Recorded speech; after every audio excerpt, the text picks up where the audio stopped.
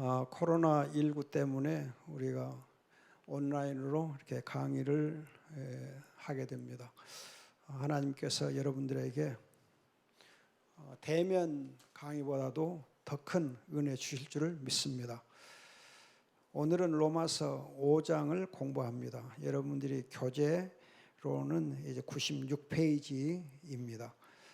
칭의의 결과 로마서 5장에서 14과하고 15과 두 개를 하겠습니다.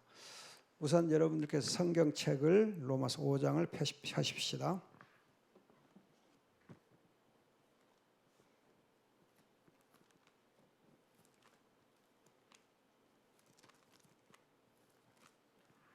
자, 로마서 5장 여러분들이 1절에서부터 21절까지 읽어야 되는데 우선 설명을 좀 하면서 읽어가도록 하겠습니다. 우선 여러분들이 칠판에 제가 써놓은 대로 하나님은 기억하신다. 하나님 기억하신다 그랬어요. 정말 여러분들이 하나님께서 창세기 보면은 아브라함을 기억하시고 또 이삭을 기억하시고 야곱을 기억하시고 요셉을 기억하시고 또 모세를 하나님 기억하시고 할 때 특별히 출애굽기에서 보면은 아브라함과 이삭과 야곱과 맺었던 언약을 기억하시고 하나님이 이렇게 기억하세요. 언약의 하나님께서 특별히 이제 하나님의 자녀된 우리를 기억하십니다. 얼마나 감사한지 몰라요. 여러분 아버지가 집에서 보면은 자녀들 항상 기억하고 어머니도 항상 자녀들을 이렇게 기억하고 있잖아요. 그런 것처럼 언약의 자녀된 우리를 하나님께서 항상 기억하시는데 그리스도 안에 있는 우리를 하나님 기억하십니다. 그리스도 안에 있는 우리는 지난 시간에 공부했던 대로 믿음과 회개를 통해서 의롭게 된 우리입니다. 그래서 이 믿음과 회개를 통해서 의롭게 된 자기의 언약의 자녀로 삼으신 우리를 자녀로 삼으신 까닭에 함께 하시고 기억하세요. 임마누엘 함께 하시고 기억하십니다. 하나님이 기억하신다는 사실을 우리가 기억하는 것이 정말 중요해요. 하나님이 나를 기억하시는 것을 우리가 아는 것이 얼마나 여러분 감사한지 몰라요. 지난주일 설교 제목이 하나님이 기억하신다 였죠. 누구를 기억해요? 예배하는 자를 기억하세요. 예배하는 자를. 언약의 자녀는 예배하는 자예요. 예배해요. 예배는 우리 인생의 근본이고 목적이에요. 예배하는 자 기억하세요. 또 누구를 기억하세요? 세상적으로는 천하게 보이는 자들 또 하나님이 기억하세요. 세상 사람들 기억해 주지 않는 자들 하나님 기억하세요.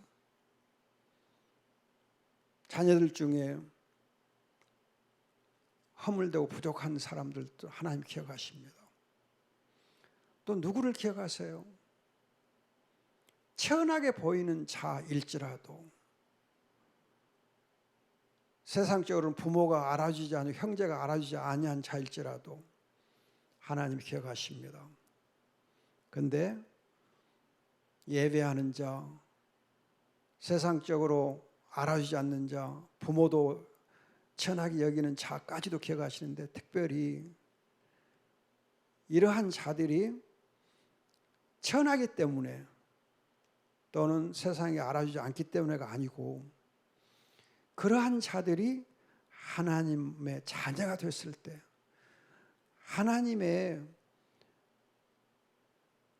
자녀로 하나님과 함께하고 하나님께 영광 돌리고 하나님의 일에 참여할 때 하나님의 하시는 일에 참여할 때 하나님께서 함께 하시고 기억해 주십니다. 언약 안에 있을 때 기억해 주세요. 오늘 여러분들이 이제 로마서 5장 1절을 보시면은 그러므로 우리가 믿음으로 의롭다 하심을 얻었으므로 우리가 하나님 앞에 의롭다함을 받는 것은 믿음으로 됩니다. 그래서 지난 시간에 말씀드렸듯이 그리스도와의 연합, 즉 그리스도 안에서 우리가 얻는 두 가지의 유익이 뭐냐? 칭의와 성화다 그랬어요. 그러니까 여러분들이 지난 시간에 말씀드렸듯이 그리스도와 연합이 근거가 되고 이 근거에서 이것을 근거해서 우리가 칭의와 성화를 동시에 같이 얻어 누려요. 그러니까 여러분들이 칭의 없는 성화 없고 성화 없는 칭의 없다. 그 점을 주의하시고 이건 동시적이고 항상 함께해요. 그래서 평생토록 우리가 칭의와 성화를 누리게 돼 있어요. 즉 하나님의 자녀의 신분과 권세를 평생 누리게 돼 있어요. 자, 그럼 여러분들이 여기 주의할 거가 의롭다함 받았으면 받은 것을 끝나면 안 돼요. 반드시 우리가 의롭다함 받았으면 하나님께서 우리가 의롭다고 하셨으면 의로운 삶을 살아야 돼요. 의의 종으로 살아야 돼요. 의의 열매를 맺어야 돼요. 빛의 열매, 의의 열매를 맺어야 돼요. 의롭게 살아야 돼요. 정의와 공의와 공정의 삶을 살아야 돼요. 의롭다함 여김을 받았으면 그 여김을 받은 것에 대해서 합당하게 정의와 공의와 공정을 행해야 돼요. 그 삶을 살아야 돼요. 여러분들이 창세기 18장 19절을 보면 하나님께서 아브라함을 부르신 이유가 뭐냐? 정의와 공의를 행하게 하기 위해서라고 그랬어요. 정의와 공의를 행하도록 하기 위해서 아브라함을 부르신 거예요. 언약의 조상으로 부르신 거예요. 여러분, 아브라함을 하나님의 믿음으로 의롭다함을 하셨을 때에 정의와 공의를 행하기 위해서요. 그래서 잠언에 여러분 보시면 1장에서 잠언 1장 1절에서부터 이제 3절까지 보면 정의와 공의와 공정을 행하도록 하는 것이 지혜라고 그랬어요. 잠언 2장 9절 보면은 하나님의 선한 일이 뭐냐? 정의와 공의와 공정을 행하는 거라고 그랬어요. 여러분 정의를 행하지 아니하면은 거기에는 뭐가 있겠어요? 여러분들이 이사야서 5장 7절 한번 보세요. 이사야서 5장 7절. 이사야서 5장 7절 보면은 그 시대가 정말 악했을 때에 어떤 일이 있었느냐 보세요. 5장 7절 하반절에 보면 하나님은 이스라엘 백성에게 정의를 기대했는데 도리어 살육이고, 정의를 구했는데 살육이고, 정의가 여러분 히브리어로 미시파트라고 그래요. 미시파트라고 그래요. 그런데 살육은 미시파트가 아니고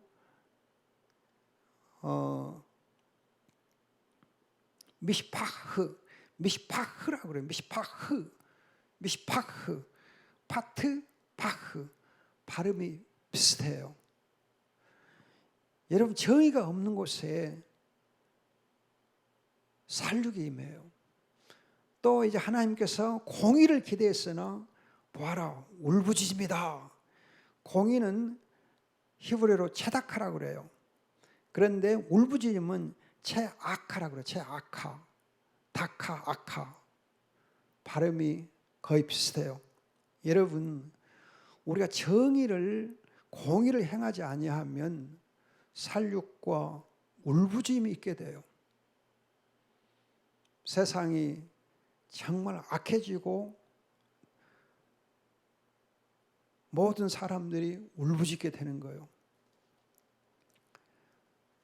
여러분 우리가 지금 코로나19로 인해서 굉장히 사람들이 힘들어하고 있습니다. 그러면 이런 하나님이 주신 대재앙인데 이 대재앙에 이 울부짖음이 어디서 왔느냐? 여러분 우리가 그냥 코로나19 때문에 힘들다 그것만 생각할 거 아니고 왜 코로나19라고 하는 어마어마한 질병과 이 질병으로 인한 하나님의 재앙이 우리에게 임했느냐? 정의와 공의를 우리 행하지 않기 때문이에요. 교회가 정의와 공의를 행하지 않기 때문이에요. 우리가 세상을 향하여서 손가락질할 것이 아니고 교회 자체가 하나님의 백성되고 하나님의 자녀된 우리가, 언약을 가진 우리가 정의와 공의와 공정을 행하고 있는가, 의로운 삶을 살고 있는가 생각해야 돼요. 여러분, 정말 제가 강조합니다. 우리는 의롭다함 받은 사실은 강조하는데, 의롭다함 받은 것은 강조하고, 이신칭의는 강조하는데, 하나님 앞에서 의롭게 사는 이 부분은 강조를 안 해요. 그러면 이신칭의가 무슨 의미가 있어요? 하나님의 자녀에게 의롭다함을 이렇게 주셨으면 그 이유는 의롭게 살게 하기 위해서 의롭다 하신 것이지, 의롭다함 받은 것을 끝나게 하려고 우리를 의롭다 하신 거 아니에요. 하나님의 자녀의 신분을 주셨으면 자녀답게 살게 하려고 주신 것, 자녀를 삼으신 것이지, 자녀로 삼아놓고 다 끝난 거 아니에요. 지금 제가 우리 교회와 성도들을 보면은 이신칭에 대해서 대단히 강조하고 대단히 그냥 은혜를 받았다고 놀랍고 그냥 구원의 확신을 가졌다고 좋아라 그래요. 그것은 끝이요. 그리고 의롭게 안 살아. 정의가 뭔지, 공의가 뭔지, 공정이 뭔지 전혀 관심이 없어요. 전혀 관심이 없어요. 전혀 관심이 없어요. 그리고서 무슨 칭의를 얘기할 수 있어요? 여러분들이, 그리고 제가 또 말씀드렸잖아요. 칭의는 성화 없이는 안 된다고 했잖아요. 성화하면 칭의는 없어요. 다시 말하면 하나님의 자녀의 신분과 권세를 하나님 주셨을 때에는 거룩하게 살려고 주신 거예요. 의롭고 거룩한 건 같은 거예요. 의롭게 살 때 거룩하고 거룩하게 살 때 의로운 거예요. 칭의와 성화는 이렇게 동전의 양면처럼 함께 하는 거예요. 함께 가요. 의로움과 거룩함으로 살아야 돼요. 그래서 하나님께서 그리스도 안에서 우리를 의롭게 하시고 거룩하게 하신 거거든요. 정말 여러분들이 하나님은 나를 기억하실 때에 자녀답게 사는가를 보시는 거예요. 의롭게 사는 걸 보시는 거예요. 거룩하게 사는 걸 보시는 거예요. 자, 1절에서 의롭다 하심을 얻었으므로 우리 주 예수 그리스도로 말미암아 하나님과 더불어 화평을 누린다 그랬는데, 여기서 여러분들이 5장에 보면은 그리스도로 말미암아라는 이 말이 6번 반복돼요. 그리스도로 말미암아 1절, 2절, 9절, 11절, 17절, 21절 6번 반복되고 있어요. 무슨 말이냐? 그리스도 안에서 우리가 의롭다함을 받았어요. 그런데 의롭다함 받은 우리가, 그리스도 안에서 의롭다함 받은 우리가 그리스도로 말미암아 살아야 돼. 그리스도로 말미암아서.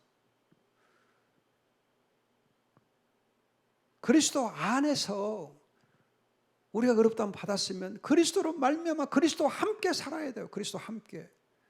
여러분들 갈라디아서 2장 20절을 많이 기억하고 있어요. 그리스도와 우리가 함께 살아야 돼. 내 안에 그리스도가 살아야 돼요. 그리스도가 나의 삶의 주인이 되어서 그리스도로 말미암아 우리가 사는데 하나님과 더불어 화평을 누린다. 화평을 누린다.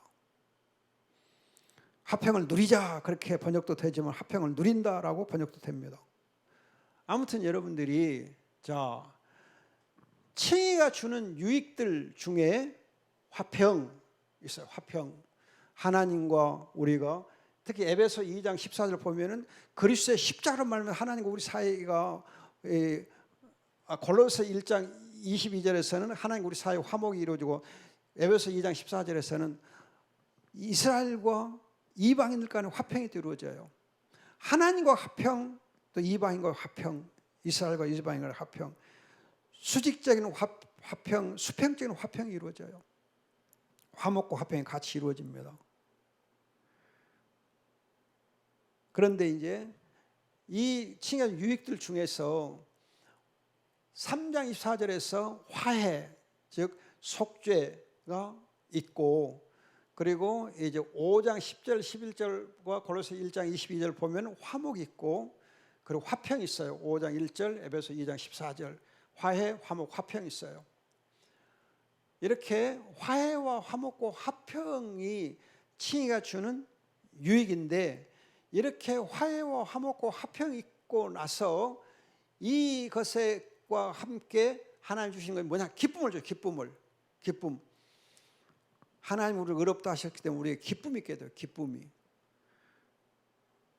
그리고 이제 여러분들이 이 유익들이 그리스도로 말미암아 되지만, 또 6절, 8절, 10절 보면 그리스도 죽으심으로, 어떻게 그리스도로 말미암느냐? 그가 죽으심으로. 근데 죽으심으로 할 때 뭐가 핵심이냐? 그리스도의 피로, 구절 그리스도의 피로. 즉 그리스도로 말미암아, 즉 그리스도 죽으심으로 말미암아, 피 흘려 죽으심으로 말미암아. 그러니까 우리를 위해서 피를 흘려 죽으시고 피를 흘리신 그 피로 말미암아서 그리스도 말미암아 우리가 유익을 얻는 거예요. 칭의가 주는 유익을 얻는 거예요. 그러니까 여러분들이 의롭다함을 받았을 때에 그저 단순히 내가 믿으니까 의롭다함 받았다, 내가 그리스도 안에 있으니까 의롭다함 받았다, 그걸로 끝나면 안 되고, 그리스도께서 십자가에 피 흘려 죽으시고 그가 흘리신 그 피로 말미암아서 우리가 유익을 얻게 된다는 거예요. 무슨 유익?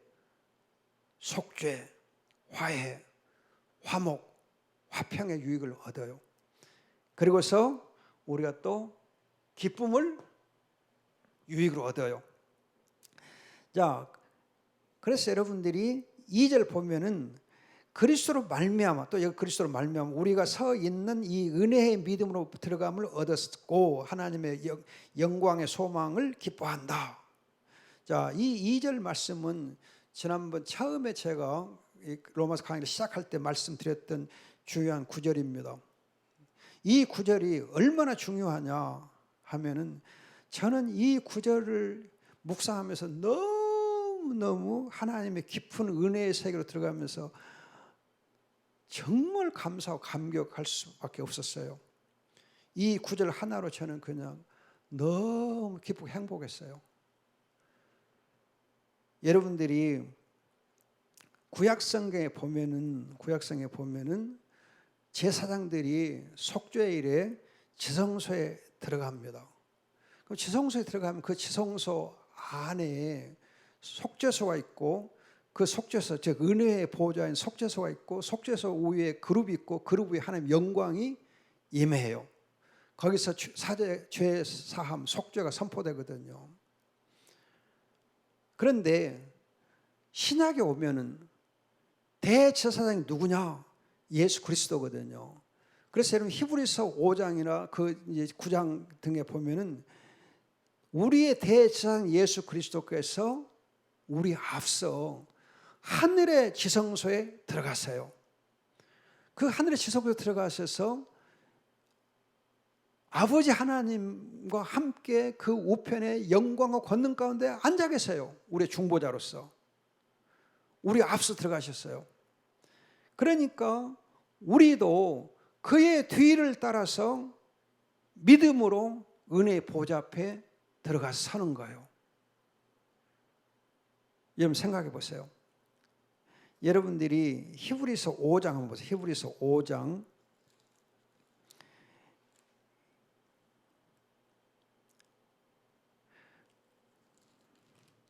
히브리서 6장입니다. 6장 보시면은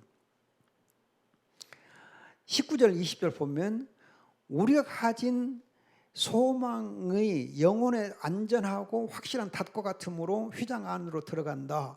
앞서 가신 예수께서 우리를 위하여 그곳에 들어가셔서 멜기세덱의 계율을 따라 영원히 대제사장이 되셨다. 이 말씀이 무슨 말이냐 하면, 영원한 대제사장인 예수 그리스도께서 우리를 위해서 우리 앞서 휘장 안에 있는 지성소로 먼저 들어가셨어요. 그래서 19절에 휘장 안으로 들어가셨다. 앞서 들어가셨어요. 그런데 그가 이 휘장 안에 들어가신 것이 우리에게는 소망이에요. 왜 소망이냐? 로마서 5장 2절에 영광의 소망, 그죠? 소망이에요. 그런데 여러분들이 확실한 닷과 같다, 닷에다 비유를 해요. 닷이 뭡니까? 배를 고정할 때에, 배를 정박시키고 고정할 때 쓰는 게 닷이에요. 그럼 이 닷은 물속으로 깊이 들어갈수록 배가 안전해요. 안 흔들려요. 제대로 고정이 돼요. 이와 같이 그리스도께서 하늘 깊은 곳으로 들어가셨어요. 대지상으로. 그리고 그 영광 가운데 계세요. 그것이 우리의 소망이에요. 이 영광의 소망을 우리가 기뻐하는 거예요. 어떻게? 그리스도께서 우리 앞서 그 지성소에 들어가셨어요. 우리도 그를 따라서 믿음으로 그 지성소 안에 들어가서 그 지성소에 있는 하나님의 영광을 보며 그 영광의 소망을 기뻐하는 거예요. 여러분, 그래서 여러분 히브리서 9장, 6장 19절 20절과 함께 이 5장 2절을 보면은 이 구절이 어마어마한 거예요. 자, 의롭다함 받았기 때문에 우리가 이제는 하늘 지성소에 있는 은혜의 보좌 앞에 믿음으로 서서 영광의 소망을 보고 기뻐할 수 있는 거예요. 즐거워할 수 있는 거예요. 이것이 우리에게 주어져 있는 어마어마한 하나님의 은혜의 복이에요. 우리는 야곱이 창세기 28장에서 베델에서 돌베개 베고 잠을 자다가 꿈속에서 하늘로 향한 사닥다리를 보게 됩니다. 그 사닥다리 위에 천사들이 오르락내락하고 그 사닥다리 꼭대기 끝에 여호와 하나님이 서서 계십니다. 그런데 이 구절을 가지고 요한복음에 보면은 그 사닥다리를 인자를 상징한다고 얘기해요. 인자신 그리스도께서 하늘과 땅을 잇는 중보자가 되시고 그 중보 사역을 천사들이 도와주고 그리고 우리가 여호와 하나님의 영광을 보고 소망하는 거예요. 여러분, 우리가 정말 그리스도로 말미암아서 의롭다함을 받았으면 이제는 하늘 지성소에 그 영광의 소망을 기뻐할 수 있는 믿음 가운데로 가야 돼요. 이 영광을 보고 살아야 돼요. 여러분, 베드로가 마태복음 17장 보면은 변화산에서 예수 그리스도께서 영광의 몸으로 변한 것을 보면서 굉장히 감동한 일이 있어요.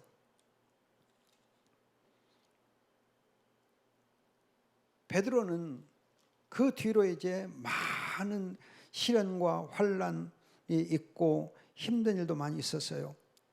그러나 그때마다 베드로가 그 모든 환난과 그 모든 어려움들을 이겨낼 수 있었던 비결이 뭐였느냐?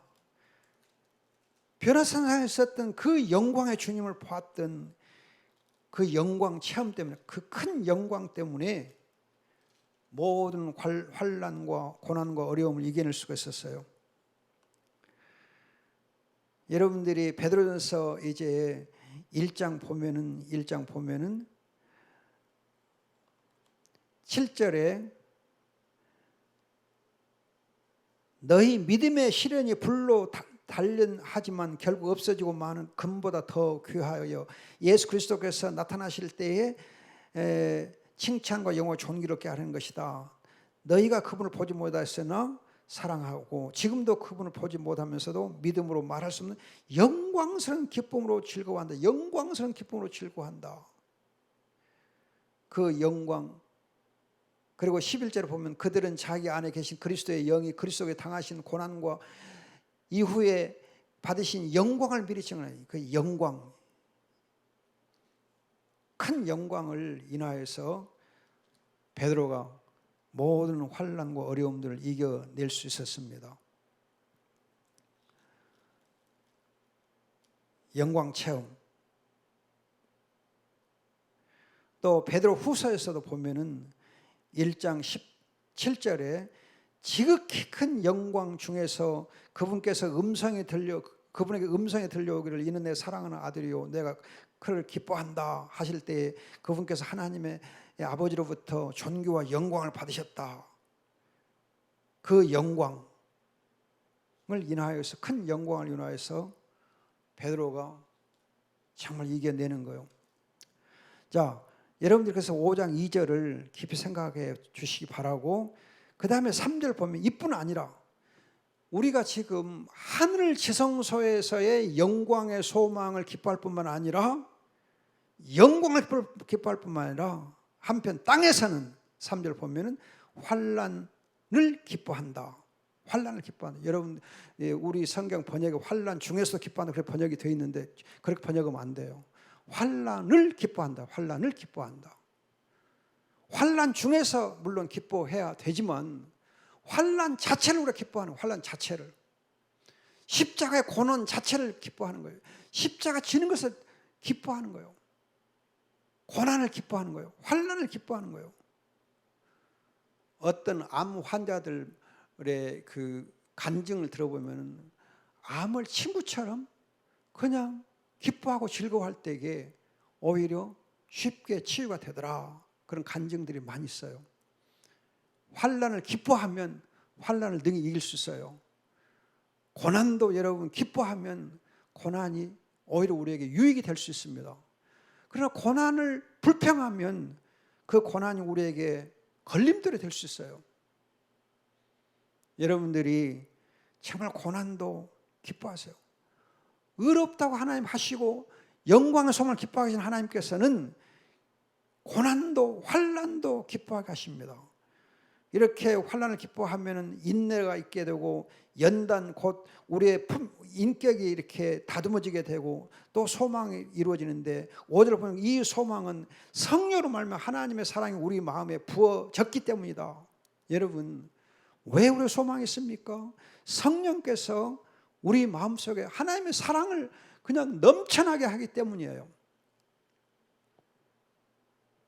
성령이 하시는 일이 뭐예요? 아버지 하나님의 사랑이 우리 마음에 넘쳐나게 하시는 거예요.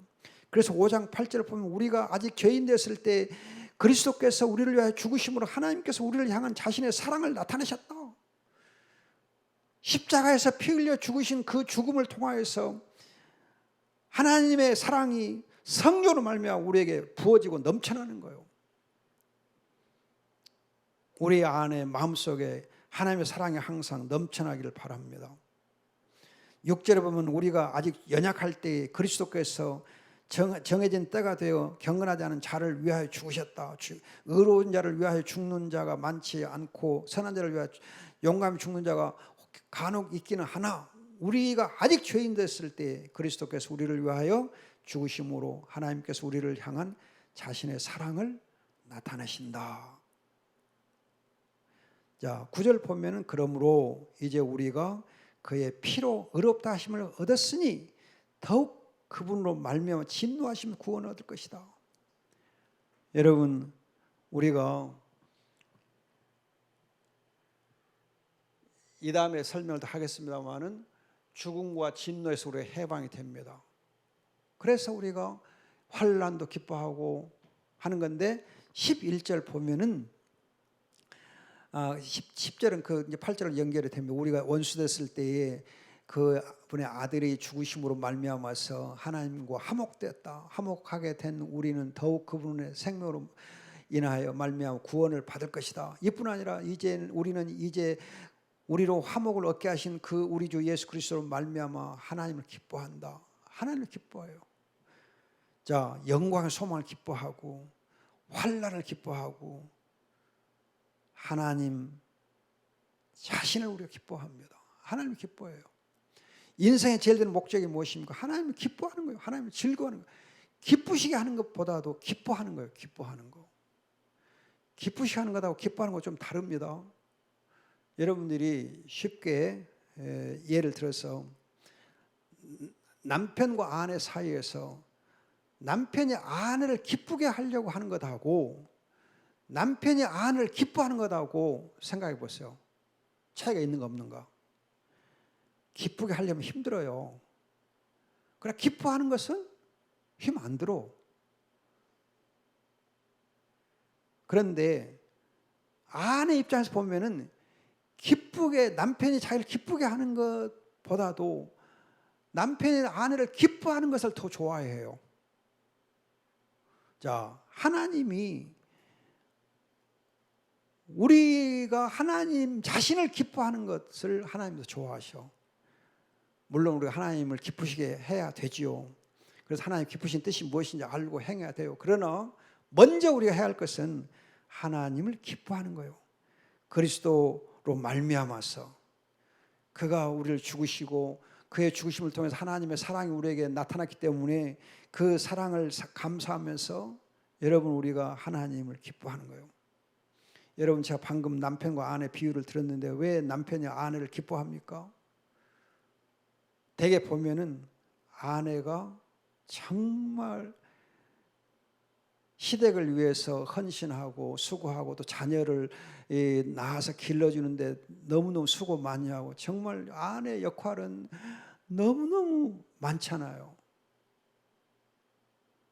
제가 남자에서 조금은 이렇게 말씀드려도 좋은데 남자는 항상 늙어도 애기예요.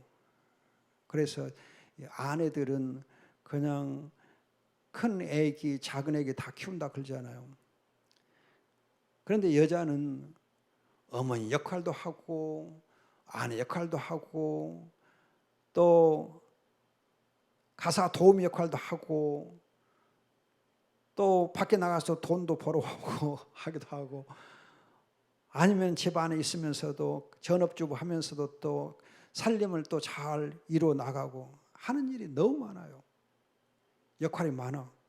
아내의 헌신과 아내의 수고를 생각하면 아내의 깊은 사랑을 생각하면 아내를 기뻐하지 않을 수 없는 거지 않습니까? 그런 것처럼 우리가 하나님의 사랑이 어떠한 걸 알기 때문에 하나님을 기뻐하는 거예요. 환난도 기뻐하고 영광의 소망을 기뻐하고. 그래서 지금 이제 칭의가 주는 유익들 그리스도로 말미암아 그리스도의 죽으심으로 그리스도의 피로 말미암아 우리가 이 유익들을 누리는데 누리는 화해, 화목, 화평, 기쁨을 누립니다. 기쁨은 영광의 소망을 기뻐한다. 환난을 기뻐한다. 하나님을 기뻐한다. 이 기쁨을 누려요. 여러분들이 우리의 삶을 정말 기쁨 가운데서 감상 가운데 사는 것이 믿음이고 또 우리가 이제 의롭다움을 받았을 때 기쁨을 누리며 살아야 돼요. 기뻐야 돼요. 여러분들 세상을 너무 불평불만하지 마세요. 불평불만. 그냥 여러분 화평 반대가 불평이거든. 불평불만 그것처럼 여러분 악한 거 없어요. 하나님 보시기 악한 거예요. 불평불만처럼 악한 거 없어요. 여러분 에녹의 시대, 여러분 유다서 1장 14절 이하에 보면 에녹의 시대가 불평불만이 그냥 가득했어요. 불평불만이 많을 때 에녹은 잠잠히 하나님과 동행했어요. 여러분 출애굽기 보세요. 이스라엘 백성들이 불평불만이 많았고 모세에게 그냥 막 이렇게 대들었어요. 그때 모세가 어땠어요? 온유했어요. 모세는 온유했어요. 온유하고 겸손하고 그 모든 이 이스라엘 백성들 가슴에 다 품었어요. 그리고 중보기도를 막 했어요. 여러분들이 세상이 여러 가지 힘들고 어려울 때에 하나님을 향해 불평불만하는 대신에 또 세상을 향해 불평불만하는 대신에 우리가 온유함과 겸손함과 잠잠함으로 행하는 것이 중요해요. 에녹처럼 여러분 하나님과 동행하면서 잠잠히 동행하면서 하나님으로 감사하고 만족하고 믿음으로 사는 것이 바로 복이에요. 에녹이 그래서 하나님이 그렇게 에녹 히브리서 11장 6절 보면 하나님 에녹이 하나님 기쁘시겠다 그러거든요. 어떻게 기쁘시게 해요? 불평불만 안 하고 하나님과 동행하고 감사하니까 그 악한 시대에서 잠잠했고 잠잠히 하나님과 동행했기 때문에 하나님이 에녹을 축복하신 겁니다. 여러분 정말 우리가 불평불만 하지 말고 하나님을 만족 기뻐합시다. 지금 우리 너무 불평불만 교회 안에서 불평불만이 너무 많아요. 불평불만이 많아요. 고난도 기뻐하고 환난도 기뻐해야 될 사람들이 왜 불평 불만이 많습니까? 그리고 오히려 남을 비판하고 정죄하고 손가락질하고 그 하기를 좋아하고 그러면 안 돼요. 여러분들이 정말 불평 불만 대신에 기뻐하고 감사해야 돼요. 오히려 그렇게 살 때 의로운 삶을 살 수 있고 거룩한 삶을 살 수 있어요. 내가 법을 따라서 정의와 공의와 공정을 행하려고 애를 쓰는지 아니할지라도 불평 불만만 하지 아니하고 감사하며 기뻐하며 하나님 기뻐하며 사는 그 자체로도 여러분 정의로운 삶, 의로운 삶, 거룩한 삶을 살 수 있어요. 그 한 가지만으로도. 자, 그래서 여러분들이 오늘 칭의의 결과는 5장 1절로 11절까지가 칭의의 결과입니다. 이렇게 우리가 하나 그리스도로 말미암아서 하나님으로 더불어 화평을 누리고 화해, 화목, 속죄를 누리고 기쁨을 누리게 되어 있으며 그 사랑이 우리 마음에 넘쳐나고 영광 체험을 할 수 있어요. 영광의 소망을 기뻐할 수 있어요. 그런데 이러한 이제 기쁨의 근본적인 근원이 뭐냐? 즉 구원의 확실성의 근거가 뭐냐? 즉 칭의, 의롭다함 받았다는 칭의에 확실하다고 하는 것의 근거가 뭔가? 5장 12절에서 21절이 거기에 대한 설명입니다. 여러분 지금 5장 12절로 21절은 쉽고도 어려워요. 어렵고도 쉬운 구절입니다. 우선 여러분들이 믿음으로 이 12절로 21절을 받아들이면 아주 은혜롭고 쉬운 본문이에요. 그런데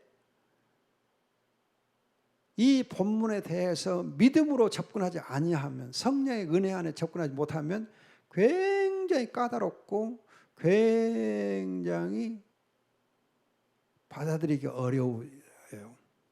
자, 우선 여러분들이 본문에 대해서 배경 설명을 드립니다. 첫째 아담, 첫째 사람 아담은 인류의 조상이었어요. 인류의 조상이었던 이 아담이 창세 3장 보면 에덴 동산에서 사탄의 시험을 받아서 범죄해요. 범죄했는데 이 아담이 인류의 조상으로서 죄를 범했기 때문에, 즉 인류의 대표자로 죄를 범했기 때문에 그 죄가 모든 후손들에게 다 옮겨져요. 그걸 전가된다고, 전가가 돼요. 전가가 돼요.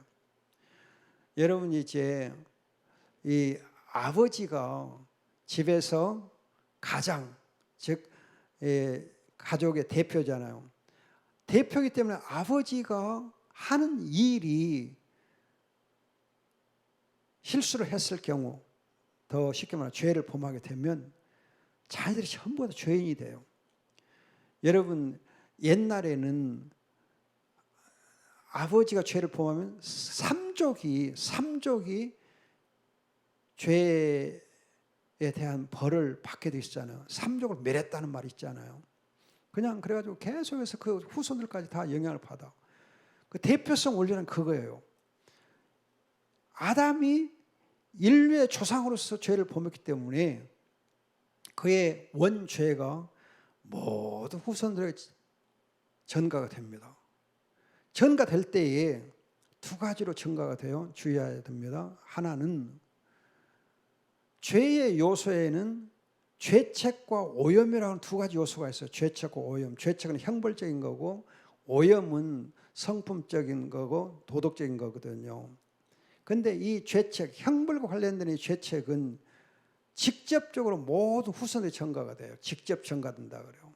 그런데 오염, 즉 부패한 그 성품은 유전자를 통해서 간접적으로 전가가 돼요. 간접적으로. 그래서 여러분들 성품이 이제 이 조상으로부터 후손으로 전가되는 거 있잖아요. 전가가 돼요. 유전돼요. 그래서 죄책과 관련된 형벌적인 것은 그리스도를 우리가 영접하게 되면 이 형벌적인 것은 다 한 번에 제거가 돼요. 그래서 우리 의롭다함을 받는 거예요.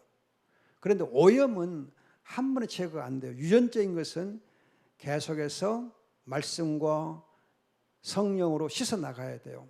죽을 때가 씻어 나가야 돼요. 그렇기 때문에 여러분들이 한 번 우리가 죄의 용서를 받고 의롭다함을 받았다 할지라도, 그래서 하나님께 우리에 대해서 죄책을 묻진 않아요. 우리를 이렇게 정죄하거나 심판하지 않아요. 그러나 우리가 범하는 죄에 대해서는 매를 때려요. 그래서 하나님께서 죄를 범하지 말고 거룩하라 그러거든요. 이게 주의할 거가, 내가 의롭다함 받았다 그래서 죄를 안 범하느냐? 아니에요. 내가 의롭다함 받아서 내 안에 죄가 없느냐? 아니요. 여러분 7장 가면 내 몸 안에 죄가 있단 말을 해요. 우리 안에 죄가 있어요. 또 사탄마귀가 우리를 항상 시험하고 그래요. 기회를 타서 우리를 시험해요. 넘어지고 해요. 여러분 아브라함도 넘어지고 다윗도 넘어졌는데, 여러분 많은 믿음의 종들이 다 넘어졌는데 예외가 없는데 우리라고 여러분 안 넘어지는 법 없어요. 여러분들이 주의해야 됩니다. 구원의 확신과 우리가 죄를 범하는 건 달라요. 구원의 확신은 가져요. 내가 하나님 자녀라고 하는 사실은 믿어야 돼요. 우리는 하나님의 자녀예요. 신분과 자녀의 신분과 권세를 누려야 돼요. 그러나 하나님의 자녀일지라도 우리 안에 죄의 요소들, 즉 이 부패한 요소, 오염이 남아있기 때문에 죄를 범할 수밖에 없어요. 연약하기 때문에. 내 행한 것 죄뿐이니, 우리 항상 여러분 죄뿐인 것을 기억해야 돼요. 죄 없다고 하면 여러분 요한일서 보면 그러잖아요. 거짓말하는 것이다 하고. 죄 용서 받았어요. 그러나 죄 있어요. 정죄는 없어요. 그러나 매는 맞아요. 연단을 받게 돼 있어요. 정말 주의하셔야 돼요. 이렇게 우리가 이제 하나님 앞에서 아담의 원죄가 전가되는데, 직접 전가되는 것은 죄책이라고 그러고, 간접적으로 유전되는 그것은 오염이라고 그래요. 이 두 가지가 이렇게 전가되는데, 이로 인해서 아담이 인류의 조상으로서 죄를 범했기 때문에 이 죄가 모든 후손들에 직접 전가되기도 하고 간접적으로 전가되어서 죄의 진노와 형벌 아래 있게 될 뿐만 아니라, 즉 죽음 아래 있게 될 뿐만 아니라 죄를 항상 또 짓게 돼 있어요. 짓게 돼 있어요. 죄 없다고 하면 안 돼요. 나는 죄 안 지어, 안 지어. 그런 거짓말하면 안 돼요. 그래서 우리가 항상 회개해야 되고 항상 거룩해져 가야 되는 거예요. 거룩을 힘써야 돼요. 더욱 거룩해져 힘써야 돼요. 자, 이렇게 아담이 인류의 조상으로서 죄를 범한 그 죄가 모든 후손들에게 직접 또는 간접으로 전가가 됐거든요. 다 죄 아래 있어. 그런데 하나님 아버지는 이 첫째 아담의 죄의 문제를 수습해야 돼. 해결해야 돼. 언약의 하나님이니까. 그래서 우리 아버지니까 아버지가 자녀들을 위해서 해결을 해야 돼. 그 해결책이 뭐냐? 둘째 아담을 보내주신 거예요. 둘째 아담을 통하여서 첫째 아담을 인해서 행해졌던 모든 죄 문제를 해결하려고 한 거예요. 그러면 둘째 아담 예수님은 우리에게 뭐가 되느냐? 언약적 대표, 언약적 대표로 오신 거예요. 여러분, 둘째 아담은 혈통상의 조상이 아니고 언약적 대표로 우리가 오신 거예요. 언약적 대표로. 그가 언약적 대표로 오셔가지고 십자가상에 피를 흘리시고 죽기까지 다 순종하시고 모든 하나님의 율법을 다 지켰어요. 순종을 다 지켰어. 깨끗하게 순종해, 평생에 걸쳐서 순종을 지켰어요. 그로 말미암아서 구원의 근원이 되실 거예요. 그래서 여러분 히브리서 5장 9절 보면 그가 아들이시라도 순종함으로 구원의 근원이 되셨다 그래요. 히브리서 5장 9절에요. 구원의 근원이 되셔요. 다시 말하면 첫째 아담이신 예수 그리스도 하나님의 아들이 첫째 아담의 모든 죄 문제를 다 해결하는 거예요. 즉 언약적 대표로서. 그래서 그리스도 안에 있으면 로마서 8장 1절에 가면 말씀드렸던 정죄가 없어요. 죄책이 제거되니까 정죄가 없어요. 심판이 없어요. 과거, 현재, 미래 모든 죄가 용서돼요. 그리고 이제 여러분들이 로마서 8장 2절 이제 이 다음에 또 공부하겠지만은 생명의 성령이 죄와 사망에서 우리를 해방시켜줘요. 그리스도 예수 안에서. 그리스도 예수 안에서 생명의 성령이 우리를 죄와 사망에서 해방시켜줘요. 다시 말하면 우리를 거룩하게 해줘요. 거룩하게 해줘요. 오염을 점점 씻어주세요. 이러한 이제 그리스도의 둘째 아담 오신 그리스도의 그 순종으로 말미암아서 구원의 근거가 확실하게 됐다. 이걸 설명하고 있는 것이 5장 12절 21절이에요. 그러면 여러분들이 지금 5장 이제 이 12절 21절의 이 흐름이 이건데 본문을 여러분들이 잘 해석을 해야 돼요. 좀 이 부분이 조금 이제 주의해야 될 부분인데 5장 12절 보면 이러므로 한 사람을 말미암아 죄가 세상에 들어오고 그 죄로 말미암아 사망이 들어왔으며 그리하여 사망의 모든 사람들에게 이르렀으니 이는 모든 이들이 죄를 지었기 때문이다. 여기서 여러분들이 가지고 있는 성경에서는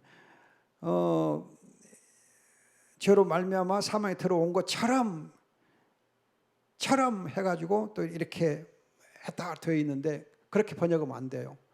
이 헬라어 자체가 그렇게 하기도 되어 있지 않아요. 무슨 말이냐 하면은 전반부, 즉 한 사람 말미암아 죄가 세상에 들어오고 그 죄로 말미암아 사망이 들어왔다 하는 이 구절하고 본문하고 뒤에 이제 사망의 모든 사람들에게 이르렀으니 이는 모든 이들이 죄를 지었기 때문이다. 이 구절은 성격이 달라요. 그 서로 이렇게 영어에서 보면은 as so 이렇게 그렇게 번역되어 있지 않아요. as 해놓고 그 다음에 and so 그렇게 and so를 so and가 and so 그래 and so란 말은 그래서 그렇게 번역하게 되어 있거든요. 그래서 사실 12절은 18절, 19절과 연결해야 돼요. 19절 연결해서 12절 상반절이 한 사람 말미암아 죄가 세상에 들어오고 그 죄로 말미암아 사망이 들어왔다고 하는 이 사실을 18절, 19절에 보면 17절에도 보든지 해요. 한 사람의 범죄로 사망이 그 한 사람으로 말미암아 다스렸다면 은혜와 의의 선물을 넘치게 받은 자들 더욱 한 분 예수 그리스도로 말미암아 생명을 다 다스릴 것이다.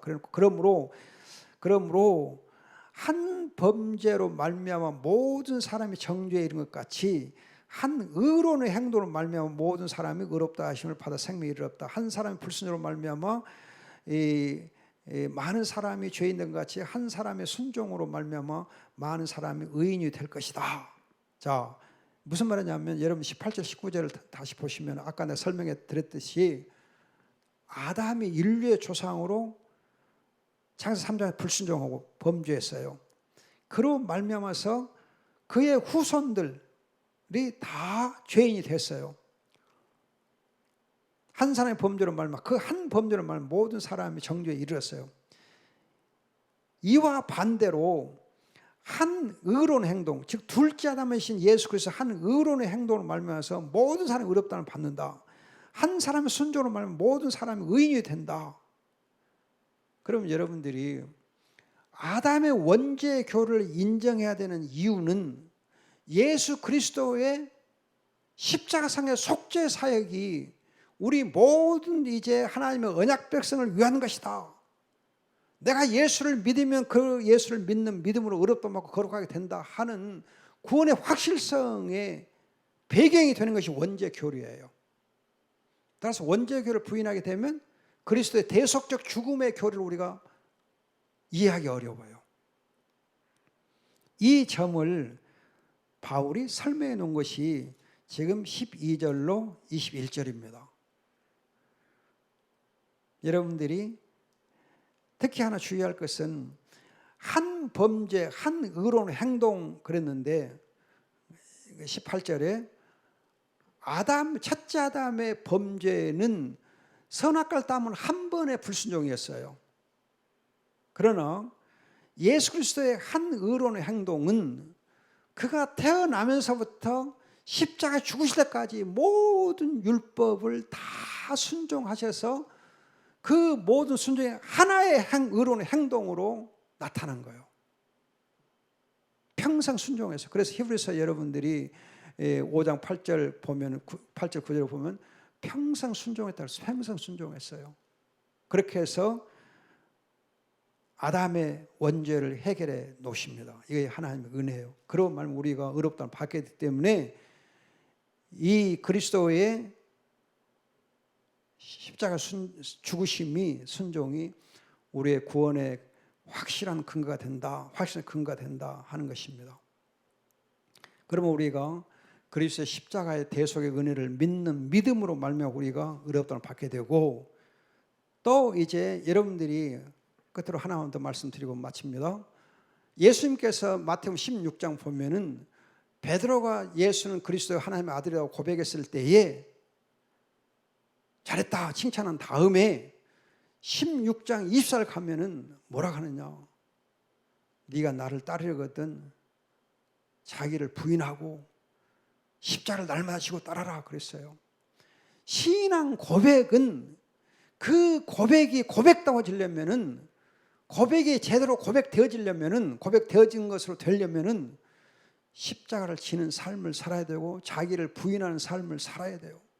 자기를 부인하고 십자가를 지는 삶을 살 때 여러분 그 신앙 고백이 되는 거예요. 고백만 해놓고 십자가를 지지 않는 삶, 자기를 부인하는 삶을 살지 않고 온유함 겸손이 없이 사는 것은 그 고백이 무의미해요. 예수님께서 나도 너를 모른다 그럴 수밖에 없어요. 지금 우리는 신앙 고백이 전부인 걸 생각해요. 아니에요. 16절의 신앙 고백이 전부가 아니에요. 그 신앙 고백이 제대로 고백으로서의 하나님 앞에 인정받으려면 자기를 부인하고 십자가를 지는 삶을 살아야 돼요. 그 삶이 없이는 고백은 고백이 아니에요. 의미가 없어요. 오히려 그 고백 때문에 하나님 영광을 가질 수 있어요. 여러분 교회가 지금 얼마나 많이 신앙 고백을 핑계로 대고 자기를 부인하고 십자가 지는 삶을 안 살기 때문에 세상에서 얼마나 조롱을 당해요. 얼마나 힘들어요. 온유한 겸손이 없어요. 그러면 안 돼요. 회개가 없어요. 그러면 안 돼요. 여러분들이 정말 처음에 말씀드렸듯이 하나님 의롭다 하셨을 때는 의롭게 살게 하기 위해서 하는 거예요. 우리를 거룩하게 했을 때는 거룩하며 삶을 살게 하기 위한 거예요. 의롭고 거룩한 삶을 살아야 칭의와 성화가 은혜가 되는 거예요. 코로나19 시대에 여러분들이 정말 의롭고 거룩한 삶을 살아 하나님께 영광을 돌릴 수 있기를 소원합니다. 기도하고 마칩니다. 좋으신 아버지 감사합니다. 오늘 또 로마서 5장을 통해서 주님 앞에 귀한 은혜의 말씀을 나누었습니다. 아버지 하나님, 이 말씀이 우리 귀한 성도들이 보게 되게 하옵소서. 감사하고 믿사오며 예수님의 이름으로 기도합니다. 아멘.